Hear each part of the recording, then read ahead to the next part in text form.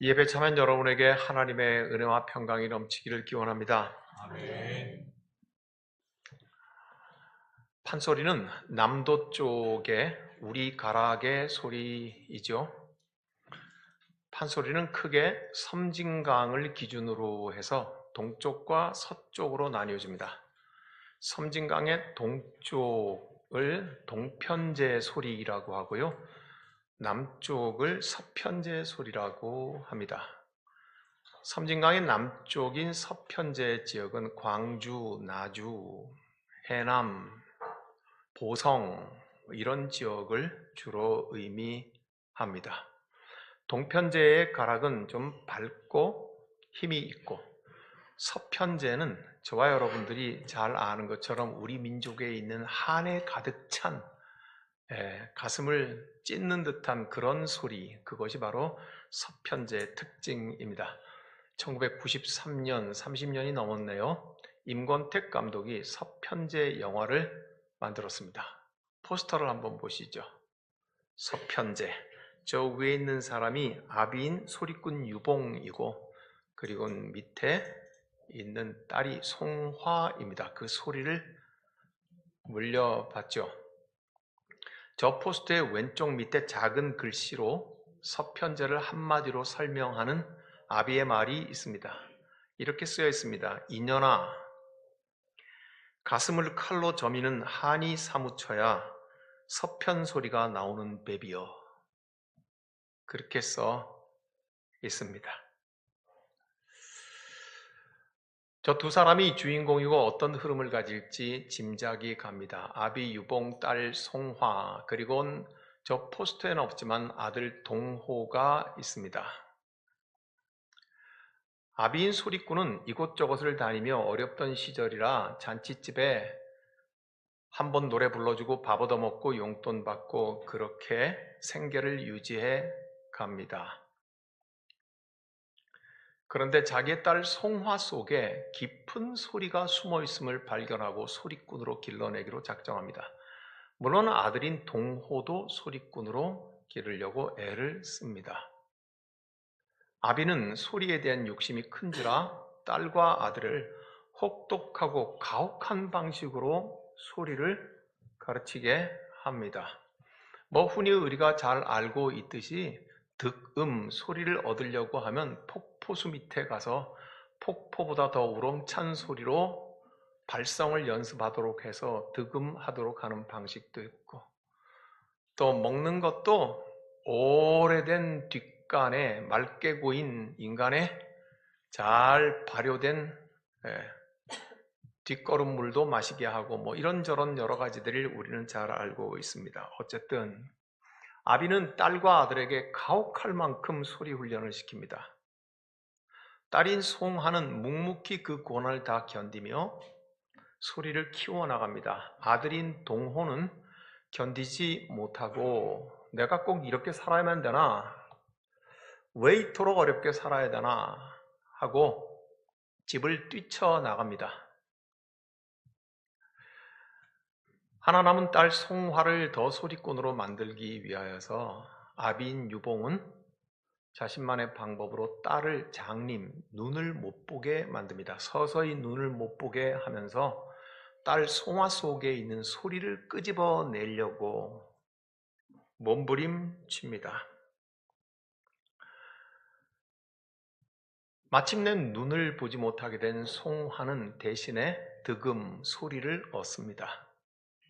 그렇게 아비가 죽고 나서 송화는 노래를 부르면서 연명하고 다니다가 어느 날 송화의 노래 부르는 소리를 담 건너편에서 들은 동호가 송화의 소리라는 것을 압니다.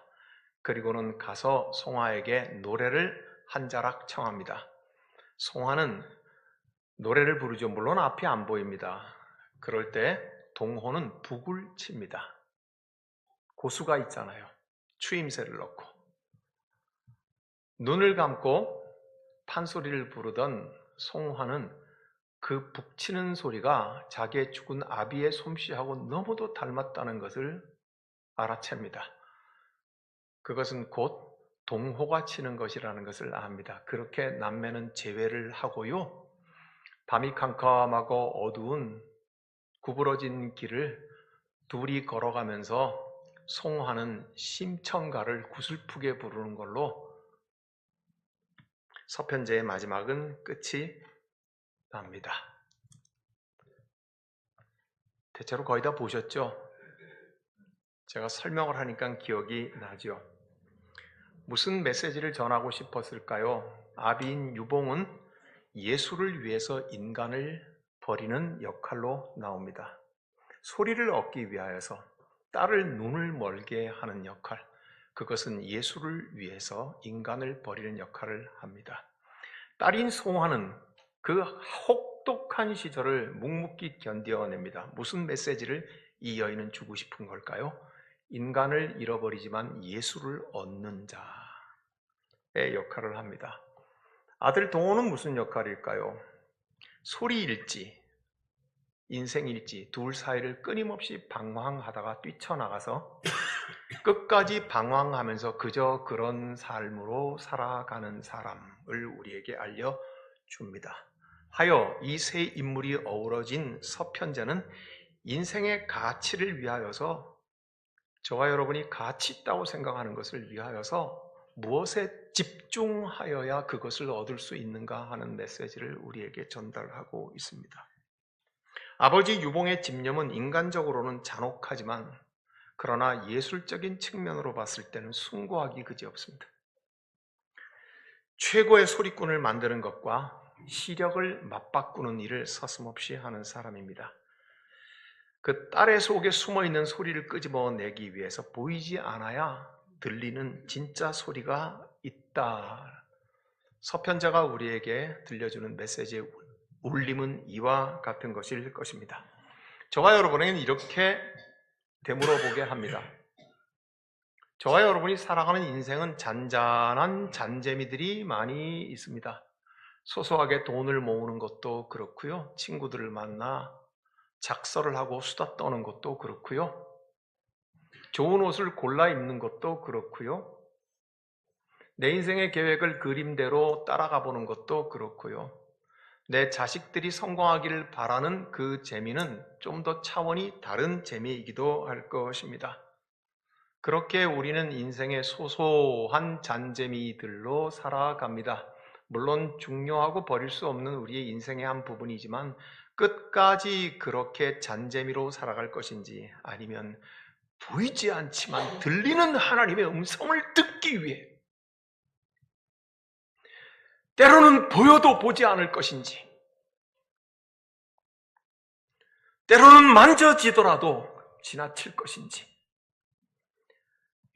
보이지 않으나 살아계신 하나님, 만져지지 않으나 나의 주권자가 되시는 우리 하나님의 그 음성을 듣고 집중하며 살아갈 것인지에 대하여서 저와 여러분에게 묻게 됩니다. 사랑하는 여러분, 이제 오늘 본문의 에스라입니다. 그는 포로 시절에 태어나고 자랐던 사람입니다. 북쪽 이스라엘의 130년 포로 생활, 남쪽 유다의 70년 포로 생활, 그 200년의 끝 지점쯤에 태어나서 자랐던 사람입니다. 노예 생활로 산다는 것이, 노예 집안의 자식으로 산다는 것이 어떤 것인지 우리는 새삼스럽게 말할 필요가 없습니다. 에스라는 태어나는 그 상태부터 지금까지 가혹한 시절을 보냈던 사람이었습니다.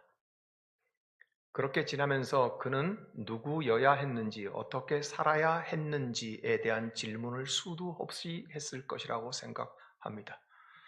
저와 여러분들도 인생 이쯤 살다가 보면 고난의 뒷범벅이 되어서 여기까지 왔을 것입니다. 젊은 분들에겐 미안하지만 인생은 그렇게 범벅으로 되어 있습니다.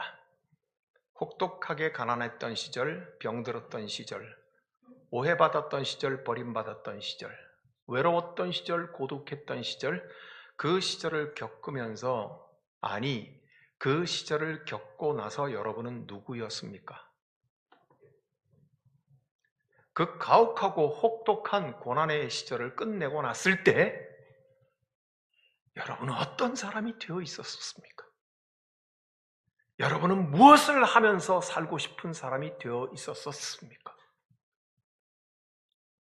에스라는 하나님의 사람이고 신앙의 사람이었습니다. 노예 생활에서 태어나서 노예로서 자랐고 그가 비록 왕궁의 한 끝자락에 걸친 자가 되어서 먹는 것 입는 것에서는 문제가 없었겠습니다마는 그의 영혼은 여전히 아픈 채로 노예 백성으로서 자라났을 것입니다. 천대받았을 것입니다. 그 고난의 일생 가운데 하나님과의 관계를 그는 어떻게 설정했을까요? 그에게 하나님은 누구였을까요? 그 고난의 한가운데 하나님과 어떤 관계, 어떤 상태 속에서 고난을 통과해 살았겠습니까? 사랑하는 여러분, 저와 여러분들도 그리스도인들입니다. 우리는 고난으로 범벅되어 있는 인생을 살고 지금 여기까지 주님의 은총으로 살아와 있습니다. 우리의 고난이 길어질 때, 고통이 길어져서 악마가 우리 귀에 속삭일 때 우리는 하나님의 사람이었습니다. 우리는 그 고난을 겪으면서 하나님과 어떤 관계로 통과해 왔습니까? 우리는 하나님 앞에서 누구였었습니까? 오늘 성경은 무심한 듯이 에스라의 귀환을 기쁘게 기록하고 있지만 그 이면에 있는 기록은 이와 같이 슬픔으로 뒤범벅이 되어 있다는 것을 우리는 읽을 줄 알아야 하겠습니다. 노예 백성의 자식으로 태어나서 노예 백성에서 탈출할 수 없는 삶을 지금까지 살아온 그 고난 속에 그는 하나님과 어떤 관계였으며 그는 끊임없이 되묻지 않았겠습니까? 나는 누구인가? 나는 어떻게 살아야 되는 사람인가를 되묻지 않았겠습니까? 그렇게 해서 만들어진 그 사람, 그는 1000km나 떨어진 4개월 동안의 여행길을 걸어서 와야 했으니 생각은 더욱 많았을 것입니다. 8절과 9절에는 그가 넉 달 동안 1000km를 걸어왔음을 기록하고 있습니다. 이 에스라가 올라왔으니 왕의 제7년 5째 달이라. 첫째 달 초하루에 바벨론에서 길을 떠났고 하나님의 선한 손에 도우심을 입어 5째 달 초하루에 예루살렘에 이르렀다. 1월 1일 날 출발을 해서 5월 1일 날 도착했으니 몇 달을 걸었다는 말입니까? 4개월을 걸었습니다.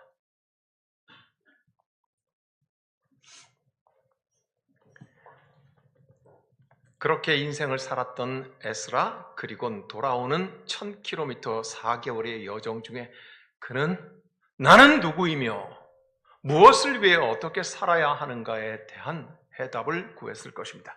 그게 10절입니다. 우리 10절을 다 같이 함께 읽도록 하겠습니다.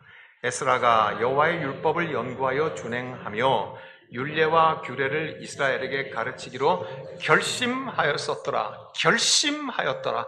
사람의 결심 속에는 그 사람의 모든 것이 들어가 있습니다. 그리스도인의 결심 속에는 그의 신앙이 모조리 그 속에 고스란히 담겨 있습니다. 저와 여러분들 그 누구이든지 간에 당신의 결심 속에는 당신이 누구이며 당신이 무엇을 위해 어떻게 살아야 할지가 고스란히 집약되어 있는 그 단어, 그 표현이 바로 결심입니다. 에스라는 누구였습니까? 에스라는 무엇을 위하여서 살기로 결심했습니까? 오늘 10절의 말씀은 에스라가 두 가지로 살기로 했음을 보여주고 있습니다. 먼저 앞부분입니다. 에스라가 여호와의 율법을 연구하여 준행하기로 했습니다. 우리는 그의 정체를 아직까지 모릅니다. 그가 노예된 땅에서 어쩌다 잘 배운 사람이라는 것 정도까지는 압니다. 그런 그가 돌아와서 여호와의 율법을 연구하여 준행하기로 합니다. 누가 그렇게 하겠다는 겁니까? 자기가 그렇게 하겠다는 겁니다. 하나님의 말씀을 깊이 읽고 묵상하겠다는 말입니다. 저와 여러분이 늘 하고 있는 묵상 속에서 우리는 감동도 얻고 하나님의 음성도 듣습니다. 주님이 이 말씀을 통해 나를 어디로 이끄시는지에 대한 방향도 때로는 분명하게 봅니다. 주님 나를 감동하실 그때에 준행하겠다고.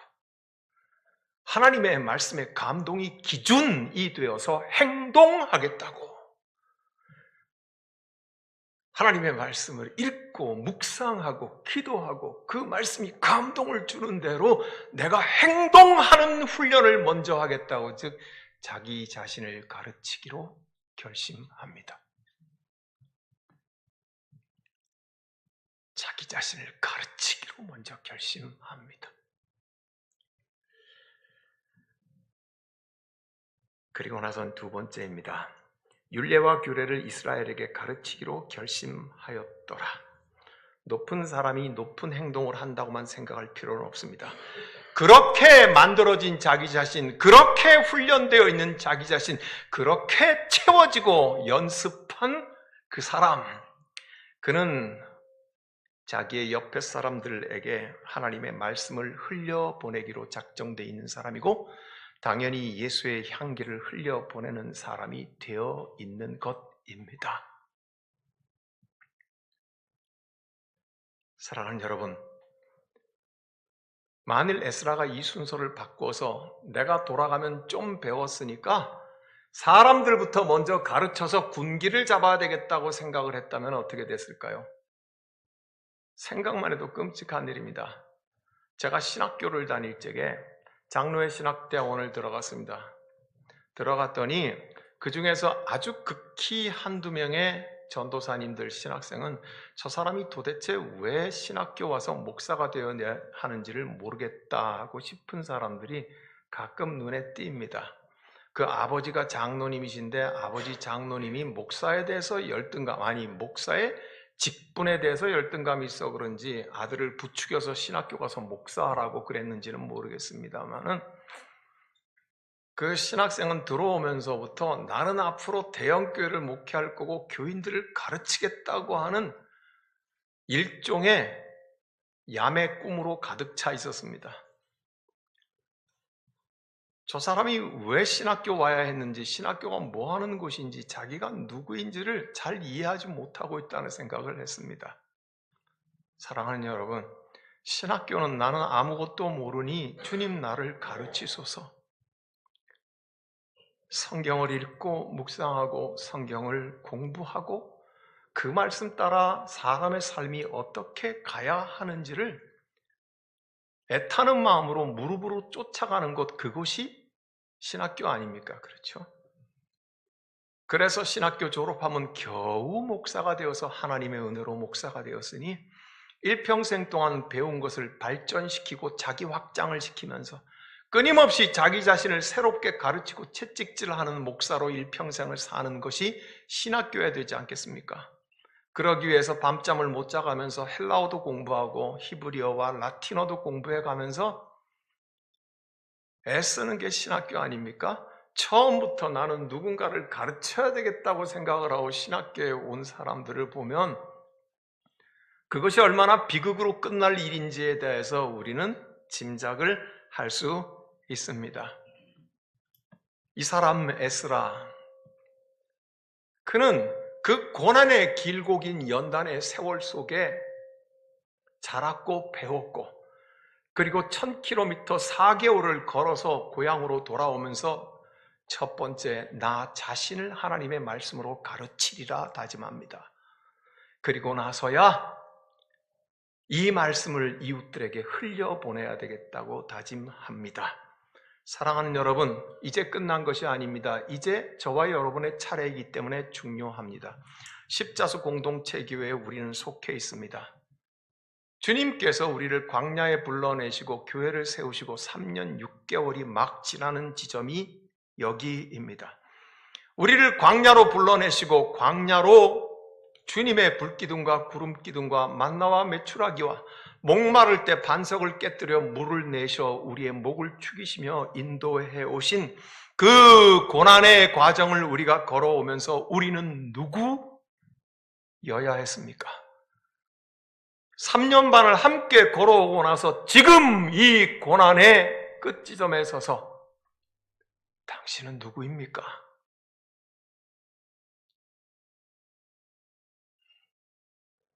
이 3년의 광야의 끝지점에 서서 목사인 나는 누구입니까? 장로님들 당신들은 누구입니까? 우리가 고난의 가시밭길을 광야길을 걸어오고 나서 권사님들 그대들은 누구십니까? 누구여야 합니까? 우리는 어떤 사람으로 만들어졌습니까? 무엇으로 만들어졌습니까? 하나님과의 관계는 어땠습니까? 충만합니까? 기쁩니까? 견고합니까? 그분이 우리의 모든 것입니까? 나의 소망이 되십니까? 사랑하는 여러분, 다행입니다. 그렇다면 다행입니다. 우리가 누구이며 무엇을 하며 살아야 되는 것을 안다면 우리는 에스라처럼 첫 번째 우리 자신을 먼저 가르칠 준비를 해야 합니다. 우리 자신을 하나님의 말씀으로, 예배로, 성만찬으로, 그리고는 11월 한 달 동안을 온전히 무릎 꿇기로 작정하는 저 새벽의 순종을 통하여서 당신은 당신 자신을 먼저 가르쳐야 될 것입니다. 목사는 목사 자신을 먼저 가르쳐야 할 것입니다. 장로님들은 장로님들 자신들을 먼저 가르치십시오. 우리는 모두가 다 올바르다면 우리 자신을 먼저 가르치는 사람들이 되어야 합니다. 이 결심을 하는 것이 올바른 갈 길입니다. 그런 이후에 하나님께서 저 땅을 허락하시고 저곳에서 하나님의 이름을 부르게 하실 그때에 우리 스스로에게서 발휘되고 있는 예수의 향기를 흘려보내는 사람들로 사용되게 하실 줄로 믿습니다. 그런 의미에서 바로 당신이 에스라입니다. 지금 예배하고 있는 바로 당신이 에스라입니다. 오늘 설교의 제목이 뭔가요? 신앙 집중. 신앙은 무엇이며 집중은 어디에 집중해야 하는 것입니까? 저 두 위대한 단어들이 합쳐서 신앙 집중이라고 했습니다. 저와 여러분들이 오늘의 에스라여야 한다면 우리 십자수 공동체 교회는 신앙 집중 공동체여야 할 것입니다. 왜 우리가 신앙 집중 공동체여야 하냐면요, 요즘은 좀채로 신앙에 집중하는 순수 신앙 공동체가 잘 없더군요. 남을 깔봐서 우리가 높아지자 하는 말이 아니라 애통함과 비통함으로 우리의 주위를 둘러봅니다. 좀채로 신앙에만 집중하는 순수 신앙 집중 공동체가 잘 없더라고요. 그러므로 오늘 저와 여러분들이 무엇에 집중해야 하는지, 우리는 누구이며 어떻게 살아야 하는지에 대하여서 오늘 이 에스라를 다시 예루살렘으로 돌아오게 하신 그 하나님의 음성과 메시지를 들을 수 있기를 원합니다. 가슴을 칼로 저미는 한이 사무쳐야 서편 소리가 나오는 배비여. 저와 여러분에게 하나님을 향한 사무침이 가득하게 되기를 주의 이름으로 축복합니다. 주님의 은총을 감사드립니다. 3년 6개월 동안 십자수 공동체 교회 광야로 걸어오게 하셨습니다. 주님, 이 3년 6개월의 광야를 걸어오면서 우리는 누구입니까? 우리는 어떻게 살아야 하겠습니까? 주님, 오늘 에스라를 통하여서 말씀하신 것처럼 나 자신을 스스로 가르칠 결심을 하게 하옵소서.